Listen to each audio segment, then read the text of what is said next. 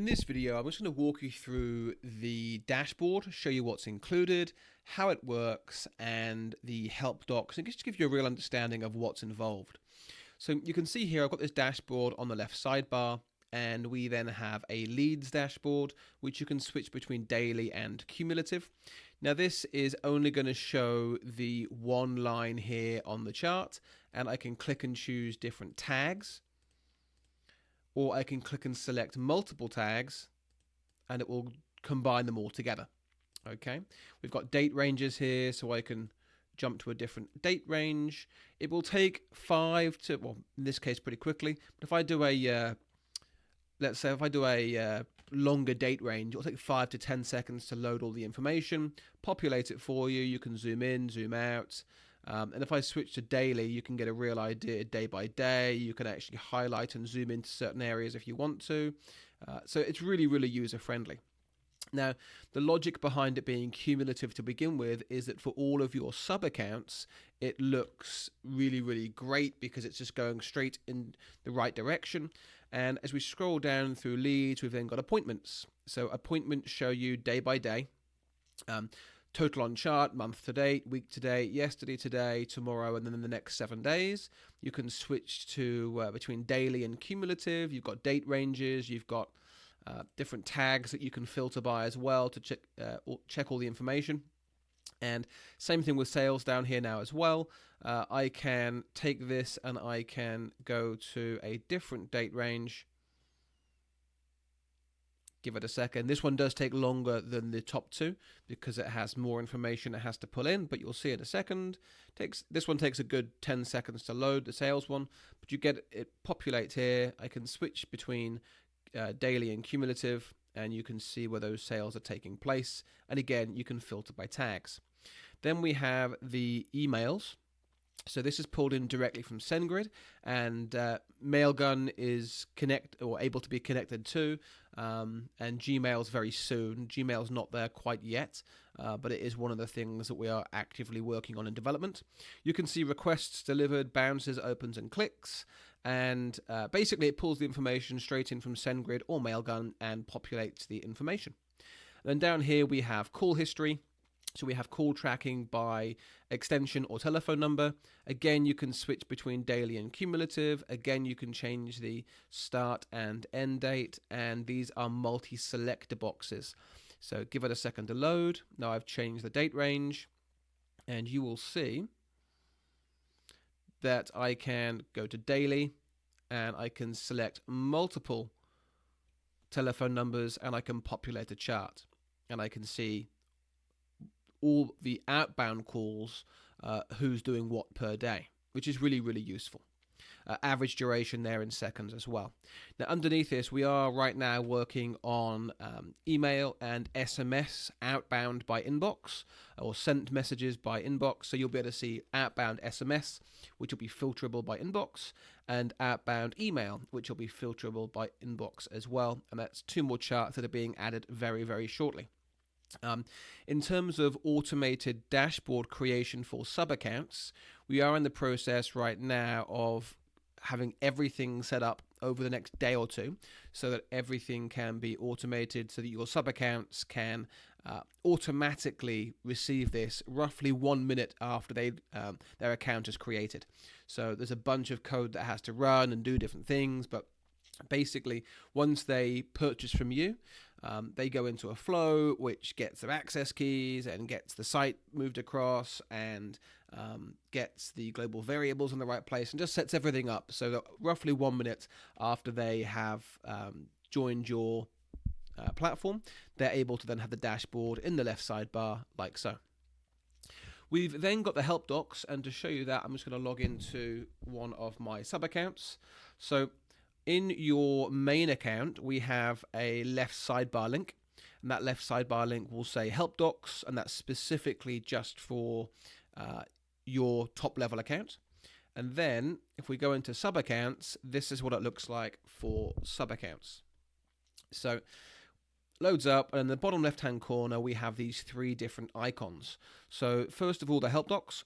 Click it, it slides in. We have light mode and dark mode. We have the ability to search, so I can search for things like order form. I can click on that and it'll take me directly to the article. We've got lots and lots and lots of articles through there, as you can see. And we're constantly adding more through here as well. There's a code library, which we keep adding to. There's walkthroughs and tutorials, which we keep adding to. And this part that I like personally is a feedback form. We can collect feedback from you and your customers without actually getting any of their information. So they can tell us what needs improving, fixing, or help docs for, and we can then go ahead and create those help docs, which is really useful for us. And it's great for you because it means the service just gets better and better. Now, as you go from the area like this, the welcome screen, into, let's say, the form builder, one of the hardest things is that in the form builder, you don't actually have the help docs. So we moved the little icon up to here. You can click on that inside the form builder, the automation builder, the site builder, and you can access all of those different help articles while you're inside those, what I call apps. So if someone's going through and using or creating an opt-in form, they could go to copy-paste styling for opt-in forms, and there's a walkthrough as to how to use the code, where to put it, and so on. And then there's actual images, and they can just copy and paste this stuff straight in. There's different styles. Again, we keep adding stuff. So it shows here what it can look like.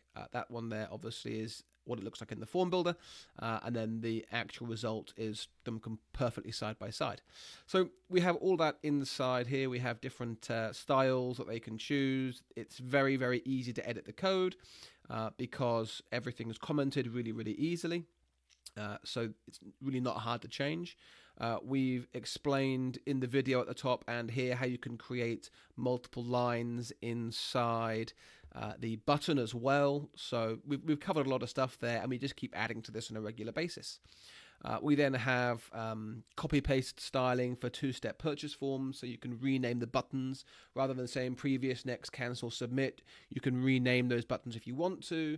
You can style the breadcrumbs.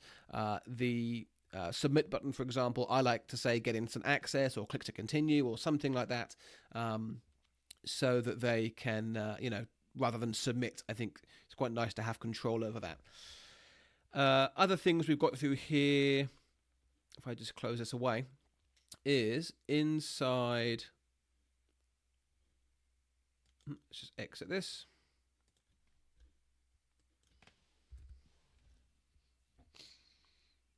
All right, so if I turn this on, this middle button here turns on the video tours. So as you click through the platform, you will get videos appear inside walking through those different sections. So here's contacts. If I now go to pipelines, I'm going to get a pipelines video. If I go to automations, I'm going to get an automations video. If I go to websites and I go to create new project, I'm going to get a tutorial there as well. And it's the same for all of these. If I go to AI employees, I'm going to get a tutorial as to how it works. And the whole idea is that it's really, really user-friendly. I go to calendar, I get a calendar video. Now, you can then click and you can turn this off. So now I can go around the platform like I want to normally without the videos appearing. But if I want to bring them back again so that I can kind of go over the video one more time, I just click it and the video reappears again. And this remembers it per device. So if you change computer or a new person logs in for the first time, it'll be turned on. But once you turn it off, it's automatically turned off then every single time, unless you want to turn it back on again yourself. Then we've got the AI employee that we build for you, which is trained on the help docs and a few other things as well. You click on this button and it will load up, and rather than saying my chat support, it'll say your chat support. And there will be an AI employee right there that you'll then be able to ask questions, and this will then feed back into your inbox. So if the AI employee can't answer it, then it'll then pass it over to a human in your team who obviously can then take over. So I would say 90 to 95% of the issues inside the platform it can handle, but there's going to be things like bugs or help requests or refunds and billing that obviously it can't, and that's when we need to get humans involved. So there's human rollover built into that as well, and again it goes to your team. There's a few other little goodies as well, but that's the vast majority of it. There is this funnel map, which is a shame I can't show you right now because it's currently being upgraded. But basically, it is Geru. So if I just go to Geru, it is an unbranded version of Geru.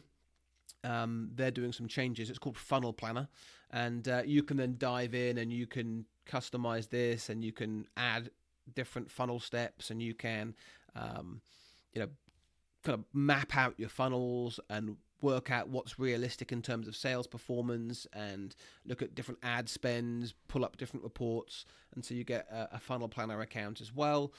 There's a few other little things as well, like, which I actually is being sorted out now in this update. So if there's a phone number or an address here, little grey buttons appear next to the phone and address. This one next to the address, which you can't see at the minute, but that's because there's not a full address there.